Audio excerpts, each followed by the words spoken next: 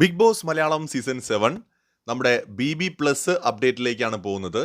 അതായത് ഈ bully gang എന്നറിയപ്പെടുന്ന ബിഗ് ബോസ് വീട്ടിലെ ഗ്യാങ്, സീരിയസ്ലി അവരെ അങ്ങനെ വിളിക്കരുത്, അങ്ങനെ പറയുന്നത് ശരിയാണോ എന്നൊക്കെ കുറേ പേര് കമൻ്റ് ഇട്ടും മെസ്സേജ് അയച്ചുമൊക്കെ എന്നോട് ചോദിച്ചിരുന്നു.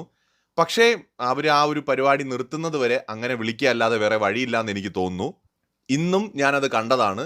അനുമോൾക്കെതിരായിട്ടുള്ള ആ ഒരു ബുള്ളി ഗ്യാങ്ങിൻ്റെ പ്രവർത്തനം എങ്ങനെയായിരുന്നു എന്ന്. ആര്യൻ തുടങ്ങുന്നു, സപ്പോർട്ട് ചെയ്യാനായിട്ട് ജിസേൽ, രണ ഫാത്തിമ, അക്ബർ, നമ്മുടെ നെവിൻ, അപ്പാനി, ഇവരെല്ലാം കൂടെ ഒറ്റക്കെട്ട് ഒരു കണ്ടസ്റ്റന്റിനെ ഒറ്റയ്ക്ക് നേരിടും. അല്ലെങ്കിൽ ഗ്രൂപ്പ് ആണെങ്കിൽ തന്നെ അതിനൊരു എത്തിക്സ് ഉണ്ട്. സോ ന്യായവും അന്യായവും ഒന്നും അല്ല ഞാൻ പറയുന്നത്, ഇത് ബുള്ളിയിങ് തന്നെയായിട്ടാണ് എനിക്ക് തോന്നുന്നത്. ലാലേട്ടൻ പറഞ്ഞതുപോലെ ഇതൊരു പ്രൊവോക്ക് സ്ട്രാറ്റജി ആയിട്ട് ഇപ്പോൾ തോന്നുന്നില്ല. ബട്ട് അത് ഇവരും ഗ്രൂപ്പായിട്ട് അതിനെ നേരിടുമ്പോൾ വേണമെങ്കിൽ നമുക്ക് അങ്ങനെ സംസാരിക്കാം.